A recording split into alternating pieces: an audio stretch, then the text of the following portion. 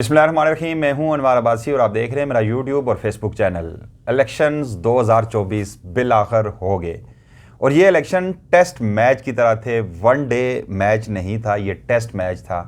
3 दिनों बाद जाकर नताइज मुकम्मल हुए, अल्लाह अल्लाह करके मुकम्मल हुए। सोशल मीडिया पर बड़ी दिलचस्प बहस इस पर चल रही है कि मुस्लिम लीग नून की रिक्वायरमेंट के एन मुताबिक जो खिलाड़ी थे उन्हें फ़िक्स किया जा रहा था और उसके बाद जो नताइज यकीनन देने थे, मुस्लिम लीग नून को मतलूबा नताइज देने थे, जिसके तहत ये इलेक्शंस के नताइज में ताख़ीर हुई। और मैं ये समझता हूँ कि पाकिस्तान की तारीख़ के बदतरीन इलेक्शन आप कह सकते हैं कि जिस तरह धांधली नहीं बल्कि धांधला इस इलेक्शन में हुआ, इसकी मिसाल माजी में नहीं मिलती। इस दफ़ा एक मैसिव टर्न आउट था।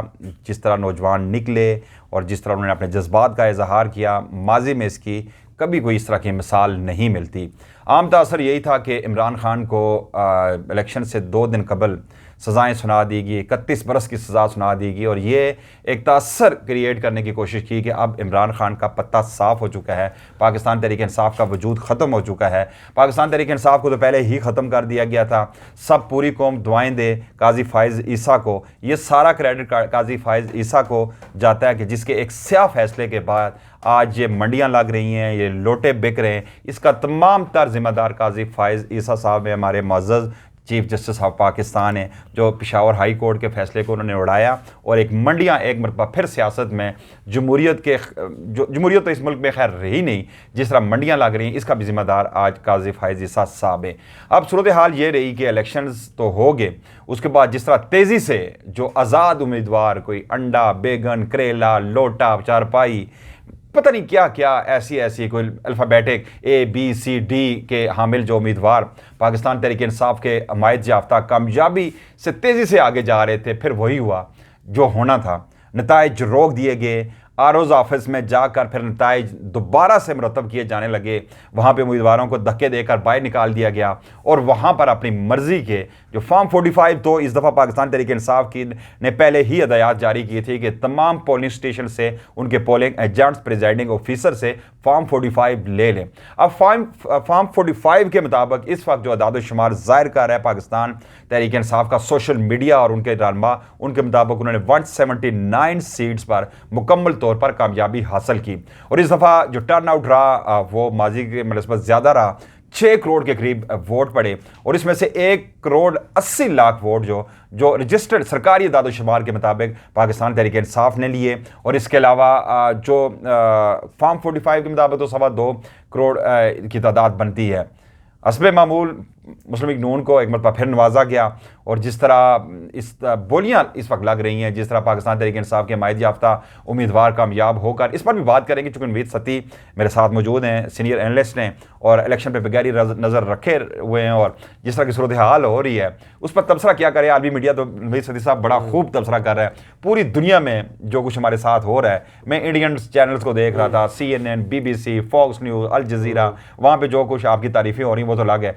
क्या कहना चाहेंगे इलेक्शंस के मतलब ये क्या होने जा रहा है? आप देखिए, ये तारीख़ का सस्ता तरीन इलेक्शन है तहरीक इंसाफ के लिए, इमरान खान के लिए।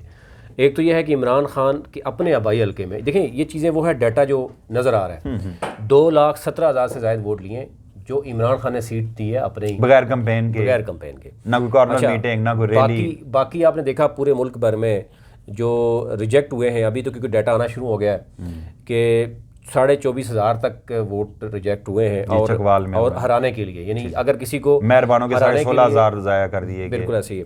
तो अब ये तो सिलसिला चल पड़ा है, लेकिन उसके बावजूद फ़िलहाल यानी धांधली के बावजूद अगर हम देखें तो 95 से ज़ायद अभी तक आज़ाद उम्मीदवार जो कि तहरीक-ए-इंसाफ के बैच हैं, दूसरे अलग कर दिए गए, 5 सीटें अलग कर दी गई हैं, तो वो भी सिंगल, यानी आप समझते सबसे बड़ी पार्टी तो ये थी। तो मेरे ख्याल से इखलाकी जवाज़ बनता मियाँ साहब के लिए, तो वो कहते हैं जी ये आप हुकूमत बनाएं, ठीक है, आप कोशिश कर लें, अगर नहीं होती तो हम देख लेते हैं। लेकिन वो विक्ट्री स्पीच जाके कर रहे हैं जब सिक्योर चला। अच्छा, अभी तक वोट कंप्लीट नहीं हुआ, अभी 62 सीट्स थी जिस वक्त विक्ट्री स्पीच की गई वहाँ लाहौर में, लेकिन बॉडी लैंग्वेज दिखा रही थी कि शिकस्त खुर्दा शख्स बोल रहा है और जो उनके अल्फाज थे वो और उनके जो जज्बात वो मैच नहीं हो पा रहे थे। सदी साहब बिल्कुल, अभी देखें तकरीबन कुछ 40 के करीब जो रिजल्ट है ना वो अच्छा, शिकवा किससे किया जा रहा था कि मुझे 2/3 मेजॉरिटी नहीं दिलाई गई ताकि मैं अपने काम देखें, वो ये समझ रहे थे कि जो कुछ इस्टेब्लिशमेंट ने किया और हम खामोश बैठे रहे, ज़रा सारा का सारा जो गुस्सा है आवाम का वो हमारे पे निकलना है। तो जब हम खामोश भी बैठे हैं, इस्टेब्लिशमेंट अपनी मर्ज़ी से कर रही है, और फिर भी अगर हमें 2/3 मेजॉरिटी नहीं मिलती या कम से कम 100 सीटों से ऊपर ही दे दें ताकि हम किसी को छोटी मोटी पार्टियां वो कर लें।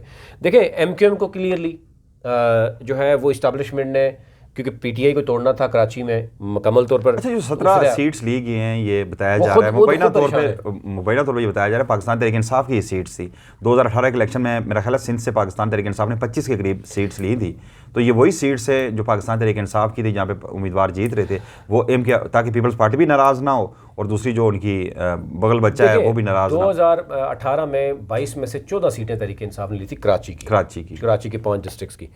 अब जो है वो सारी की सारी मैक्सिमम जो है वो दे दी गई हैं MQM को दे दी गई हैं सीटें।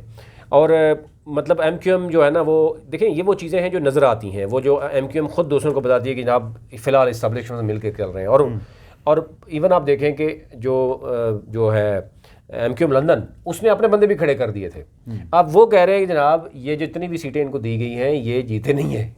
और जमात इस्लामी की आप देख लें कि उन्होंने PTI की सीट उसको दी गई और उन्होंने वापस दे दी जनाब हाफिज नईम में। उन्होंने कहा यार ये मुझे नहीं चाहिए। हाँ देखिए इस लेवल पे तो चीफ इलेक्शन कमिश्नर जो है ना इस्तीफ़ा नहीं दिया, बाकी सारे लोग इस्तीफ़ा दे रहे हैं। जहांगीर खान तरीन इस्तीफ़ा दे उसका कोई फ़ायदा नहीं आवाम को, ये इस्तीफ़ा देना चाहिए था। परवेज़ खट्टर दें कोई फ़ायदा नहीं है, इसके अलावा सिराजुल हक दें कोई नहीं है। चीफ जस्टिस पाकिस्तान को इस्तीफ़ा देना चाहिए, सिंबॉलिक तो ये बनता है।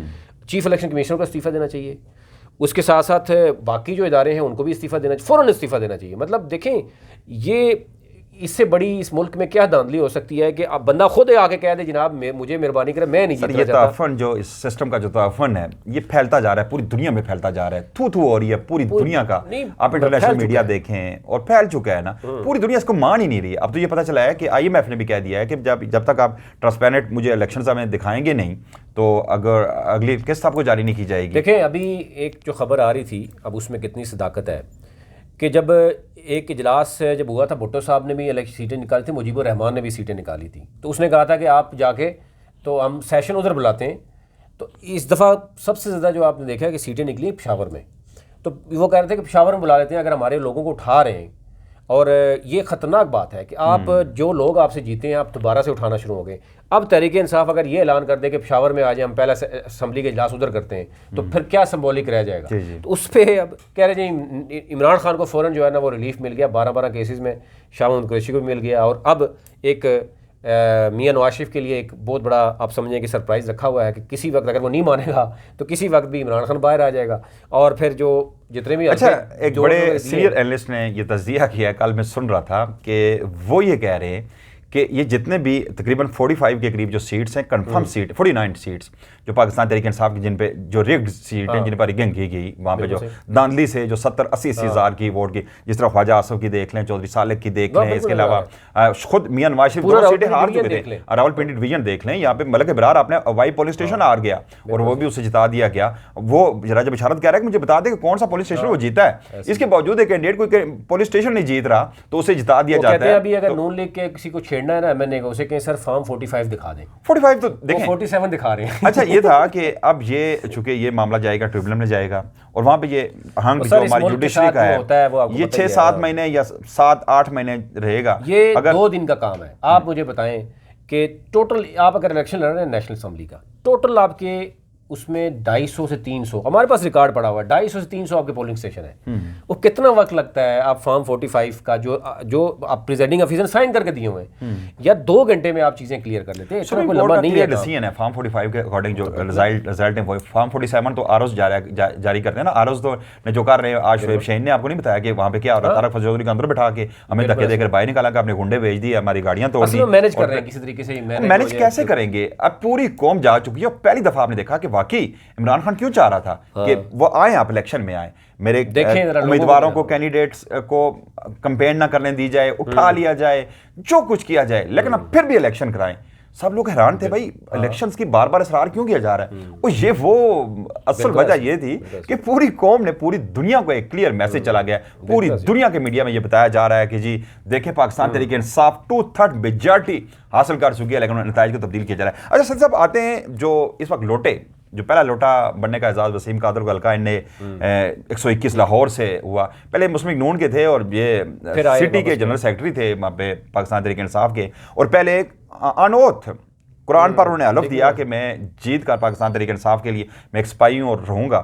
कुरान का हलफ जुटला कर एक शख्स अगर जा रहा है दूसरी पार्टी में जा रहा है तो एक तो पिटीशन मरियम नवाज साहब साथ खड़ी है, जी फातियाना अंदाज में, और गुलाम हाथ बांधे ये खड़ा है, थू हो रही है, लानतें भेजी जा रही हैं शख्स पे, और दूसरे वो एक उस्मान चड्डर भी हैं जो पीपी के उम्मीदवार हैं। खैर इस पर बात करें। अच्छा, एक चीज़ यहाँ पे कुछ कानूनी माहिरीन का ये कहना है कि आइन के आर्टिकल 63(1) जो डिफेक्शन क्लॉज है उसके तहत जो एक शख्स सादक और अमीन नहीं रहता तो वो अहल नहीं है किसी भी अवामी ओहदे पे बैठने का, या कि मेंबर कौमी असम्बली या सूबाई असम्बली कोई भी नहीं कर सकता।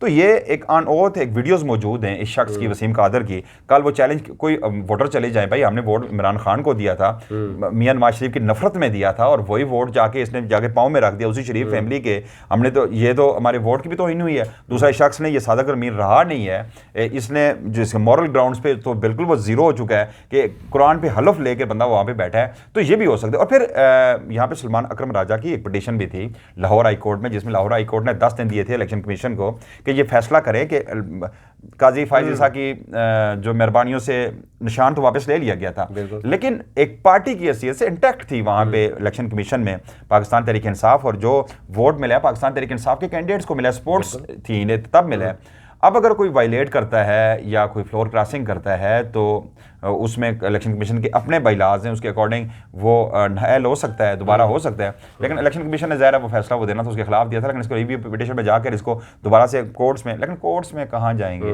क्या होगा? असल में देखिए साहब बैठे हैं, ये आप वसीम कादर के बजाय ना देखिए, वसीम कादर तो एक छोटा सा मोहरा है। आप ये देखें कि इखलाकी जवाज़ बनता है कि चलो मरियम नवाज़ या नवाज शरीफ को, कि अब वो इमरान खान, ये बेसिकली इमरान खान का वोट है, इमरान खान के वोट को वो लेके जा रहे हैं, यानी जरूरत पड़ेगी ना इमरान खान के वोट की। अभी अगर आज मियां नवाज शरीफ मुताज है इमरान खान का, तो ज़ाहिर है देखें ये नफरत मजीद बढ़ रही है। ये 6 माह कर लें हुकूमत, साल कर लें, 2 साल कर लें, उसके बाद इनके साथ क्या होगा? लेकिन ये बड़ी पॉइंट वाली आपने बात की, बड़ा ज़बरदस्त पॉइंट आपने रेज किया कि देखें आज अगर असम्बली बनेगी, कौमी असम्बली बनेगी भी, तो वो इमरान खान की कटसी से बनेगी, उसके वोट के जरिए बनेगी। कल इमरान खान दबंग अंदाज में कहीं कह सकता है कि मियां नवाज शरीफ को कौमी असम्बली बनाने के लिए, अपने भाई को प्राइम मिनिस्टर बनाने के लिए, खुद बनने के लिए उसे मेरे वोट की ज़रूरत पड़ गई, और ये वाकई ऑन रिकॉर्ड है। ऐसे लोग कई लोटे आएंगे, अभी उठाया जा रहा है लोगों को, उठाया ना जा रहा है लोगों को। अभी जो जिसने यानी जो गुजरात की बात की जा रही है, फिर उसके बाद गुजरावाला की बात की जा रही है कि वहाँ से भी बंदे को उठाया गया रात को, कुछ हो सकता है खुद भी प्रिटेंड कर रहे होंगे यार चलो, लालच है ना। लेकिन बड़े तौर पर वसीम कादर को 7 करोड़ रुपया दिया गया, लेकिन करोड़ से ज़्यादा जो मैं कह रहा हूँ कि जो मर्जी हो, इखलाकी जवाज़ नवाज शरीफ का नहीं बनता, यानी इस करने का नवाज शरीफ ने हर चीज़ एक्सेप्ट कर ली है। ये सारा कुछ करने से अगर नवाज शरीफ अभी भी बड़ा दिल करता है, वो कहता जी इमरान खान की सीटें ज़्यादा हैं, उसको हुकूमत बनाने दी जाए, लेकिन वो ये सारी चीज़ें एक्सेप्ट करता हुआ नजर लीडर में होती है। नवाज शरीफ को आप लीडर्स में तो वो नहीं ना, मतलब ये मैं कह रहा हूँ कि फिर भी हम एक स्टेप देते हैं कि हो सकता है नवाज शरीफ को कोई ज़मीर की भी आवाज़ होती है ना, लेकिन ये जितना भी गंद हुआ, जितना भी कुछ हुआ, उठाया गया, मारा गया, इसका मतलब है नवाज शरीफ ने ये सारा कुछ खुद करवाया और खामोशी से अभी भी वो करवा रहे हैं।